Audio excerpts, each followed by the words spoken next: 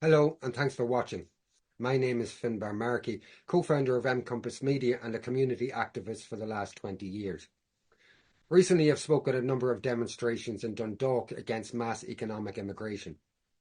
Since speaking at those demonstrations, I've had my character viciously attacked by a small minority of extremists claiming to be anti-fascists. They are in fact led by ringleaders that style themselves as extreme left and that call for completely open borders. I'm not here to talk about how that affects me. The last 20 years has given me a pretty thick skin. I would like to talk about how these extremists are suffocating democratic debate in Ireland and what I think needs to be done to overcome their attempts at mob rule. These extremists have used vicious online attacks and secret telephone whispering campaigns against anyone and everyone that questions uncontrolled mass economic immigration into Ireland. The effect has been a shutting down of any sensible debate on the issue, silencing the now silent majority who fear being labelled racist or far right. Local peaceful demonstrations are turned into visual military zones as police in riot gear separate highly aggressive counter-protesters from locals holding a peaceful demonstration. The optics alone are enough to strike fear into the hearts of the silent majority. I believe this is done on purpose. The same ringleaders called the Grassroots campaigns against evictions in 2013 to 18 far right. The same characters conducted similar campaigns of hate against anyone questioning the implementation of COVID restrictions. They catcalled far right for expressing concerns around the efficacy of the vaccines and the power of pharmaceutical companies involved in the COVID response. Many, if not most, of those concerns have proved over time to be valid. In each case, the extremist ringleaders in academic and NGO jobs, designing themselves as anti-racist, have in fact been the mob for the state narrative. On the other extreme, we can see from the north of Ireland and the UK over the last few days that extremist agencies are stoking a race war of sorts between Christians and Muslims. No doubt most people involved in demonstrations in the UK and the silent majority, as in Ireland, have serious concerns about mass immigration. The reality is that extremist groups such as EDL, the English Defence League, are focusing on Muslim communities and encouraging attacks on them, on families in their homes and businesses, even hunting down Muslims on the streets. I've seen this with my own eyes on videos online recently. When we look at the principal drivers of the anti-Muslim elements, such as Tommy Robinson, his history of working as an agent of the Israeli state is plain to see. Nick Griffin of the British National Party publicly stated that he was approached by such agents and enticed to make anti-Islamic and pro-bank policy commitments in exchange for financial and political supports.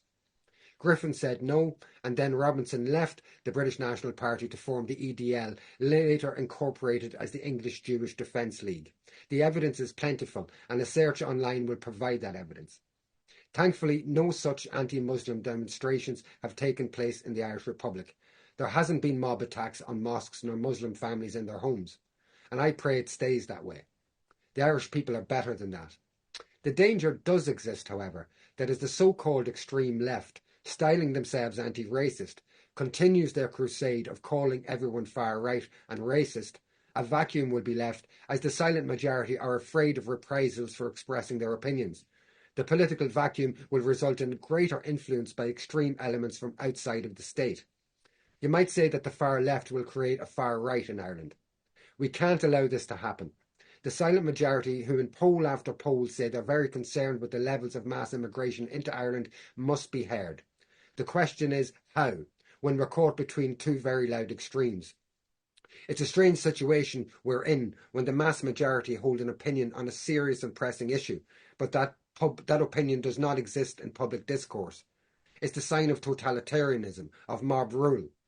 The only solution, to my mind, is to encourage reasonably minded people to come together to discuss the issues firstly, and then to form a strategy to unite the silent majority in a campaign for sensible immigration policy. To build local alliances amongst all those impacted by the lack of housing, the lack of basic services, whilst we still facilitate the arrival of hundreds of thousands of economic immigrants each year. I believe that we must engage every group in our community, including those that have come to our country in the past few decades. We must engage them in rational discussions about how over 250,000 people entering Ireland and becoming dependent on our services and in need of a home impacts all of our lives.